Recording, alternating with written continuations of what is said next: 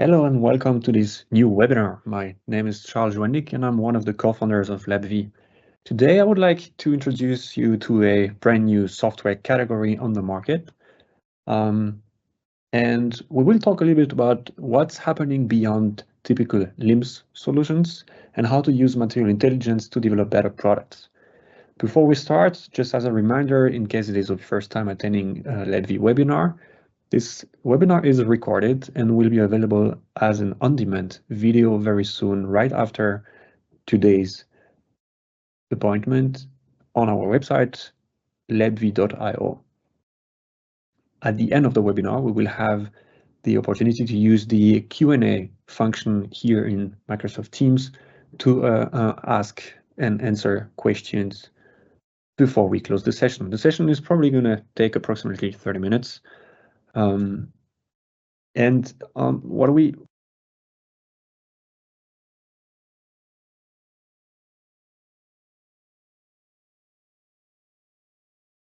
first of all understand why traditional software solutions no longer meet today's requirements, understand what material intelligence is, understand the added value that a material intelligence platform can provide, and share our learnings as well.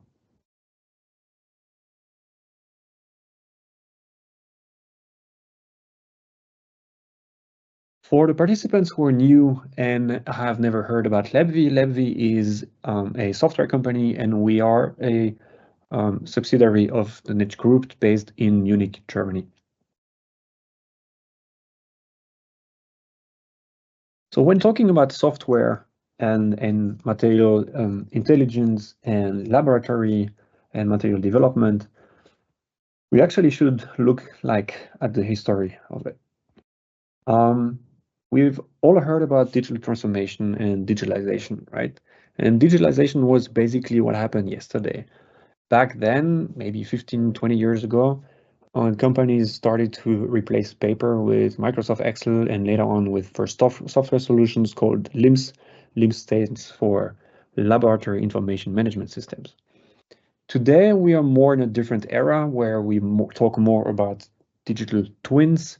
It's about using software solutions that are more connected and data-based.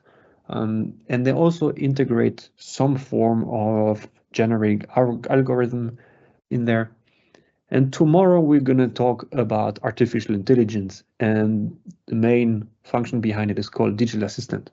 We introduced everything in previous webinars this year. If you're interested in this information, just have a look at our website. Under resources, you will find many on-demand videos about this, where we had a deeper dive into the history and each type of category available. But the vision we have, and that's a vision that is shared by many organizations and experts in the market, is that in the upcoming years, it could be 5 years, 10 years, maybe 15, but in the upcoming years, every R&D and quality department is going to have a digital assistant, and probably every department in an organization will have one as well. Now, I mentioned LIMS already, and I'm always talking about traditional software solution. What do I mean by that? It is probably a really used word, and also the main category in the market when you look at potential software solutions for your laboratory or for your R&D or quality department. LIMS is probably the one that comes the more often, right? But LIMS is basically something that we call traditional. It was more the world as it was before today. What is it? It's a software that supports administrative and coordination tasks, from sample processing up to any other management tasks in the lab, time stamping for employees, invoicing, and so on and so forth. It can, of course, record some measurement results. That's possible. It's not always the case, but it is possible. It can also do some evaluation, not always the case, but also possible. And it's good for reporting and everything around audits and compliance. The target group for it, by the way, for those who have a LIMS in their organization, or for the organizations and participants today that are aiming at introducing a LIMS. LIMS was created in the life science industry for laboratories with an accreditation. Nowadays, it has been a little bit misused somehow, but it's found in any type of laboratory. The main features, as I said, it goes from sample tracking to order management, raw material management, reporting, audits, compliance, and so on and so forth. And the main benefits is basically it's used to have a digital version of the workflows in the lab and increase process efficiency, and also a seamless compliance, because of course, coming from life science industry, this was back then one of the main requirements. We find that a LIMS is a little bit complicated because one LIMS is not the same as the other. Every solution is different. LIMS providers have been on the market usually for a longer time, and a LIMS provider is also not a product company usually. Maybe some of them are, but the usual typical LIMS provider is actually a service provider. You give them some requirements, and they will develop a product or features accordingly. I was trying to search for a more visual representation of what a LIMS is and has. As we are based in Germany, I had some better visualizations in German, but I think this one is great too, because it shows that basically a LIMS, such a software can provide anything you need as long as you know what you need. But we are talking a lot about managing processes, and that's something that's very important. Why? Well, because LabVIEW has been in the market for over 3 years now, and Netsch with their analyzing and testing department for over 60 years, and then gathering customer feedbacks and writing down all the questions customers ask about software. We figured out that the reason why LabVIEW is growing so fast and is so interesting for many organizations worldwide is because companies want something different. But what do they want? So companies actually want something for more than the laboratory. They want a solution for their R&D department, for the process engineering, for the laboratory, if the laboratory is independent or separated. Sometimes it's just part of one of these entities, and also for quality control.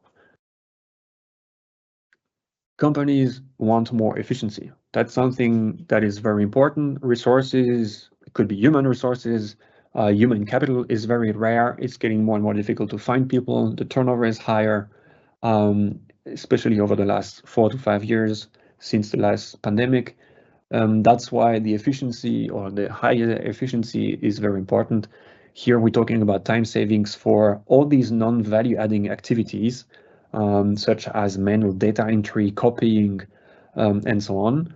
We're also talking about automation of recurring tasks. That's a big wish, that's a big pain point of organizations, to create, for example, automatically create inspection plans, create standard templates for reporting, and also automated reports, and more than that.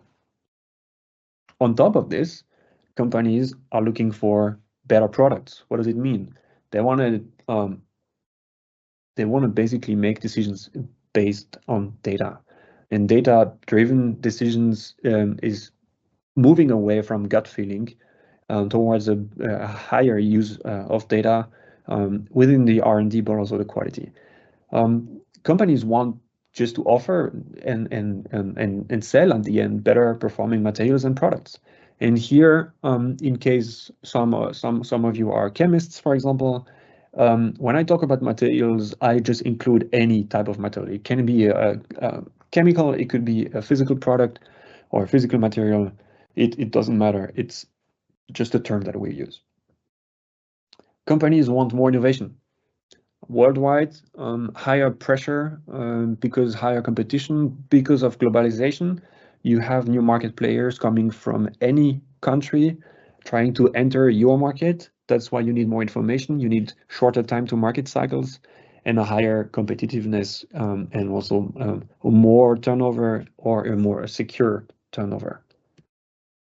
And finally, companies want more knowledge. What does it mean? Well, they want to secure the expertise in the organization because of, for example, the lack of human resources and people changing jobs more often and more easily than before. Every knowledge that's available in a human brain is leaving the organization when the human leaves as well. So they're looking for solutions in this direction, and also they want to improve cross-department cooperation so that it has an impact on all the other three elements I just presented. Now, you may ask yourself, yeah, but I don't really understand what does it have to do with LIMS, right? Well, if I take on the one side what LIMS and traditional solutions are offering and what they can do process management really good. They focus on really a precise digital mapping and management of the processes, but also just in the lab. It's also a custom software. As I said, it's a programming service according to the requirements you had at the time of the implementation. It's a specialized solution. It is tailored to the specific requirements and processes in the lab. And it's about managing administrative processes and steps efficiently. And that's not really what we were just talking about, because companies want more data. They want to focus on data to drive better decision making and accelerate their material development, optimization, but also the quality control and the final quality of the products. Companies need a continuous development, which means as a service software models. Why? Because then it gives them access to always to the latest technologies to really consistently achieve the best results they can. It needs more connectivity. We need to integrate all the data sources and enable this cross-department collaboration is working together. And finally, it needs more value creation rather than management. What do I mean by that? It means that the market wants to focus on just creating value from data through, for example, advanced analytics or AI supported optimization or even machine learning, right? Prediction is a huge topic here. So you can see here, and that's the goal of this graphical visualization. There is a difference between what the market and the organizations are looking for and what traditional solutions are offering. And that's why we think there is something beyond LIMS and beyond traditional solutions. And we call it material intelligence. And to be very specific, we talk about a material intelligence platform. What is it? Well, let's break down this definition. Material intelligence is talking about an advanced and data-driven approach to material development, but also production that is utilizing AI and machine learning technologies, right? It usually involves the holistic management of the data to improve the decision making. But unlike traditional methods, material intelligence is using all these capabilities to, for example, collecting, analyzing all the data to provide a more accurate and also efficient path to innovation. If you combine that to a platform, what is a platform in the software world? Platform is a system, or it could be an infrastructure that serves as the basis for exchanging, managing, and also analyzing data. It's connecting different data sources and providers, the users, and also other applications, all to each other.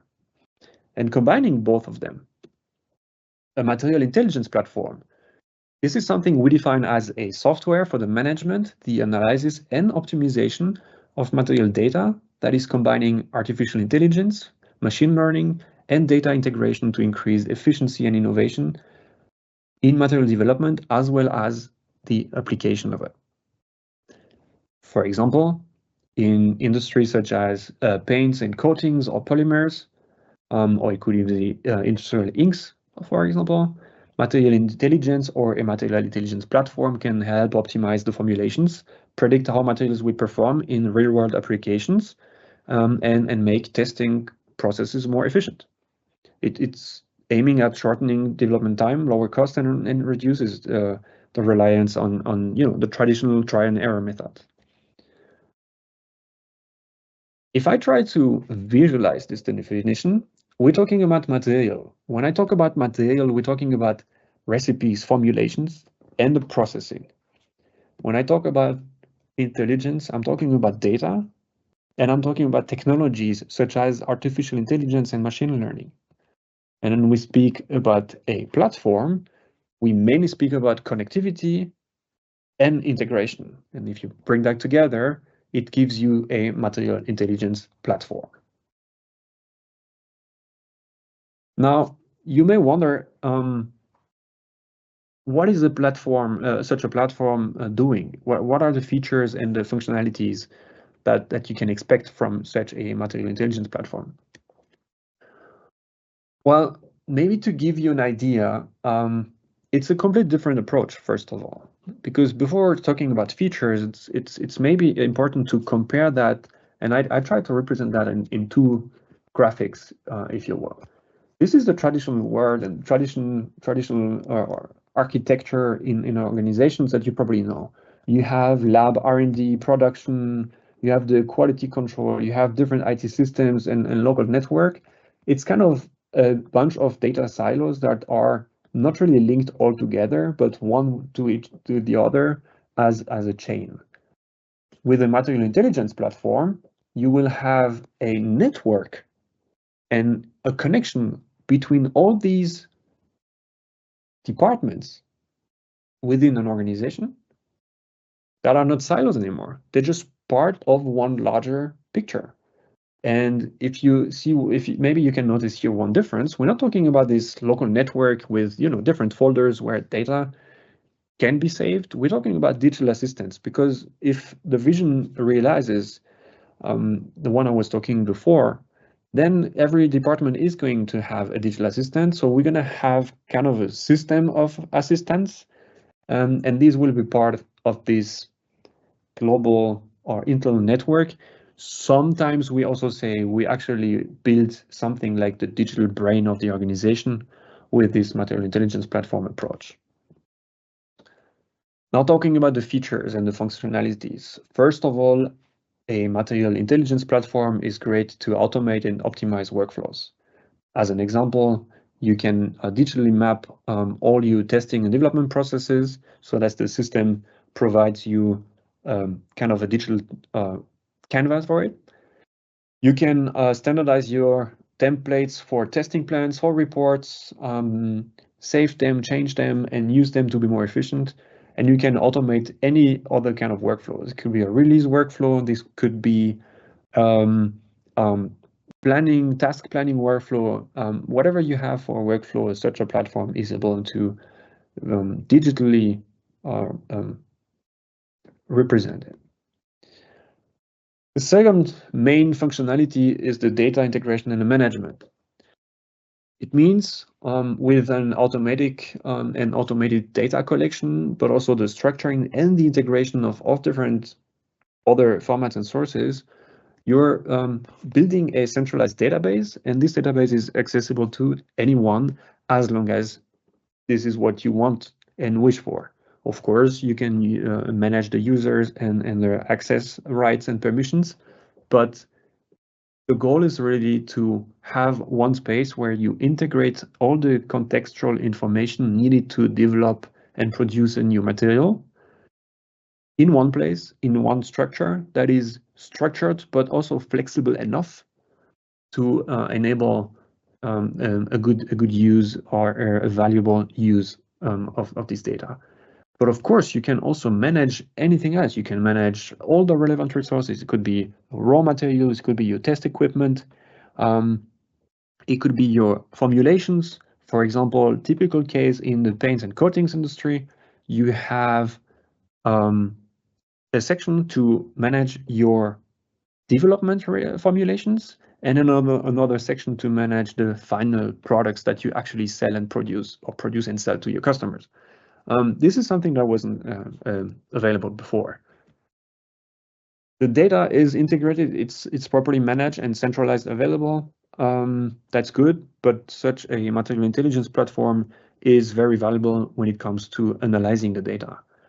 LabV, for example, has an integrated mathematical AI-based function with over 6,000 mathematical functions and all the related visualizations.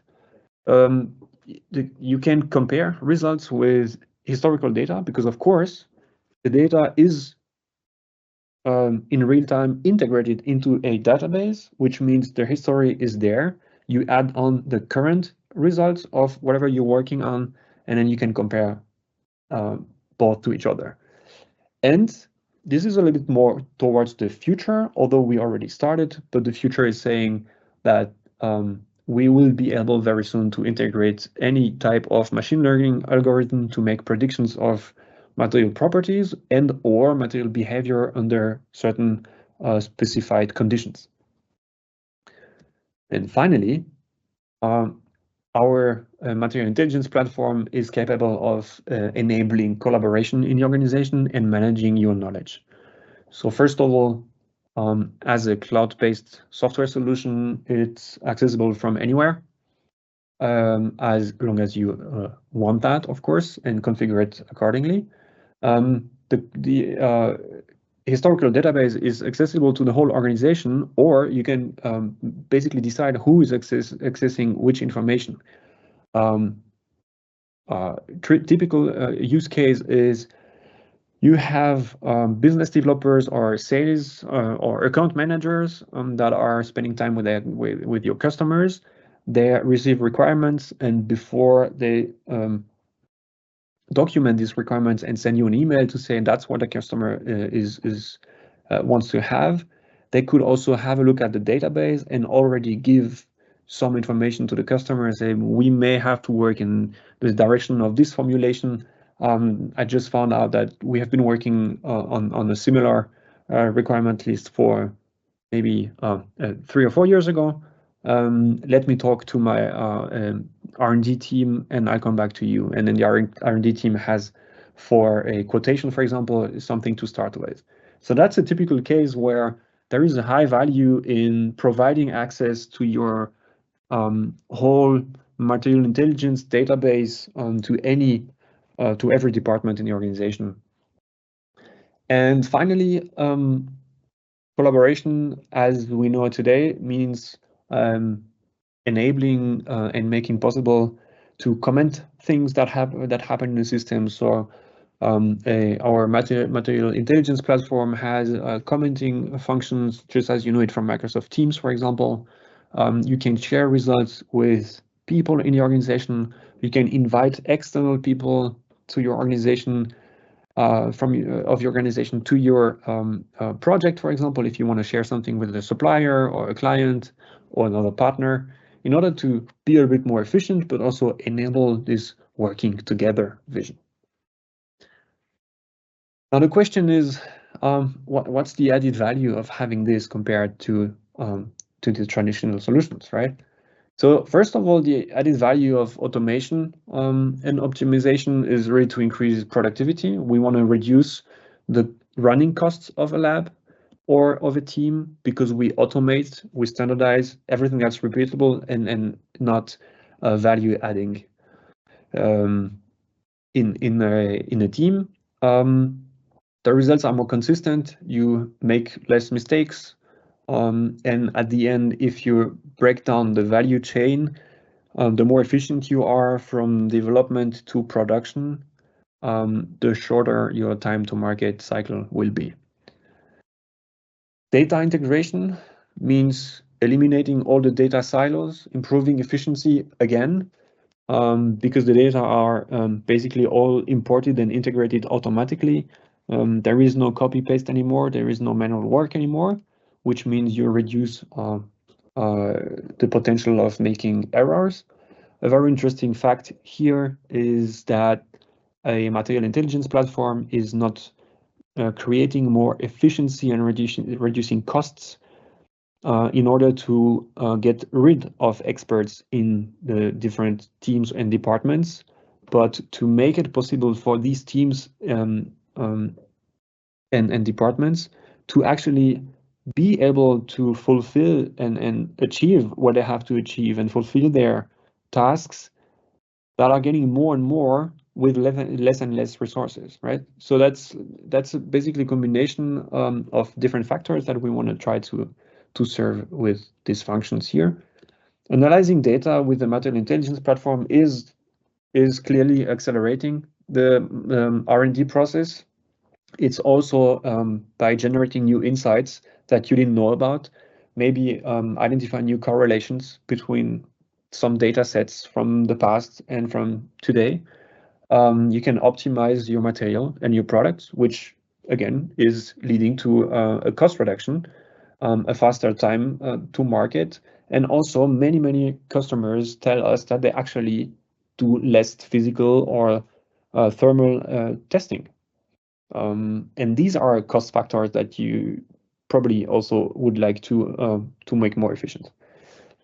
And finally, more collaboration and a better knowledge management is basically something that's a little bit more complicated to quantify, but you definitely lose less money when you lose less knowledge and expertise, and also this continuity, such as building this digital brain that is basically always going to be here and available in the organization to support the human experts, right? And it's facilitating the exchange of best practices between teams, between departments, even between colleagues sometimes. We have a larger amount of customers that are not only based in Germany, but they have different plants and maybe different R&D teams or different labs worldwide. And using a material intelligence platform is helping them to exchange more information so that they all get better. So now another question, what should you do then, right? If you're watching this video or as a live event attending today, it's probably because you have interest in a software solution.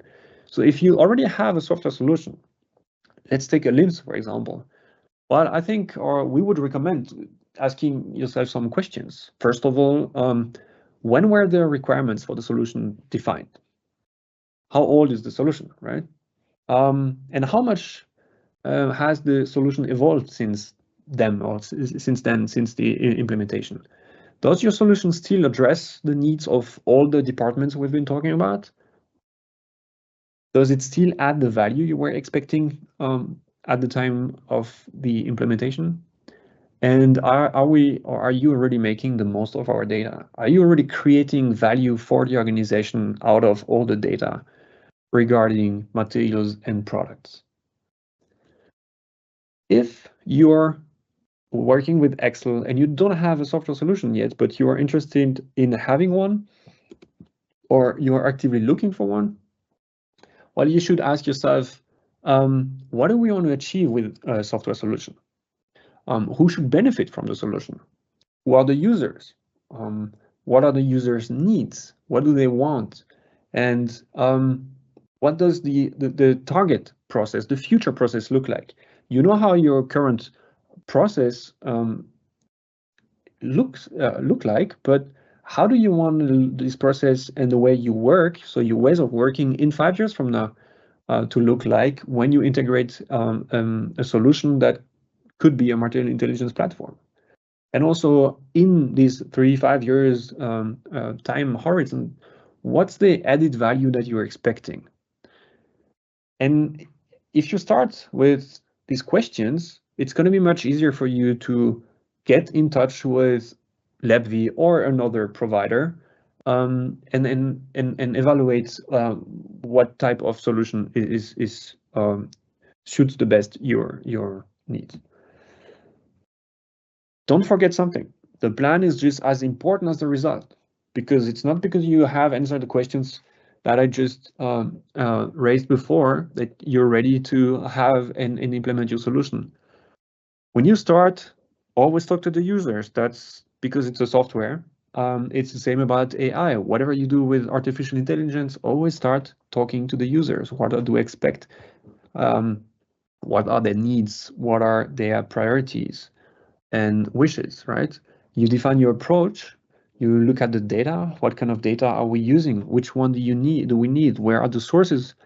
What kind of sources? Which data is coming from where?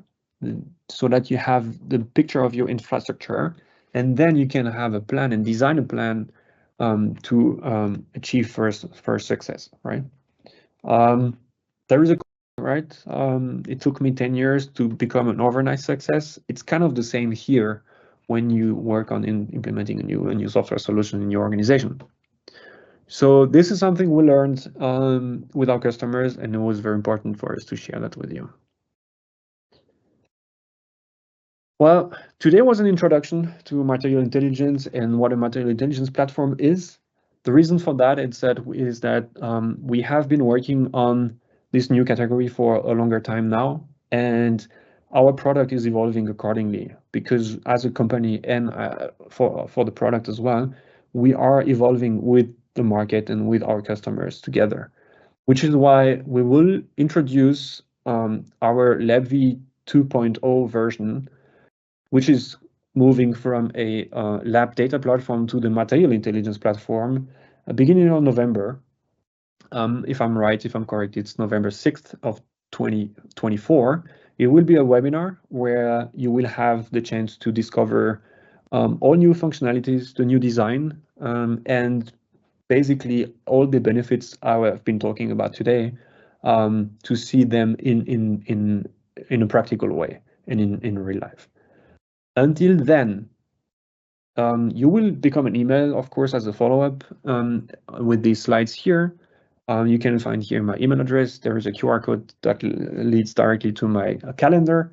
If you have any question, if you want to talk about software and maybe exchange about the questions I've been raising today, don't hesitate to get in touch with me or with one of us in the organization.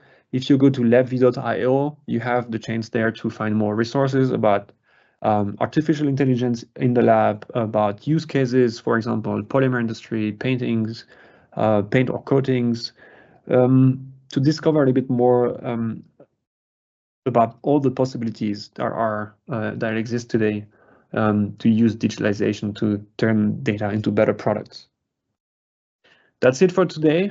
Thank you very much for attending and for being here today. If there is any question, don't hesitate to use the Q&A function here.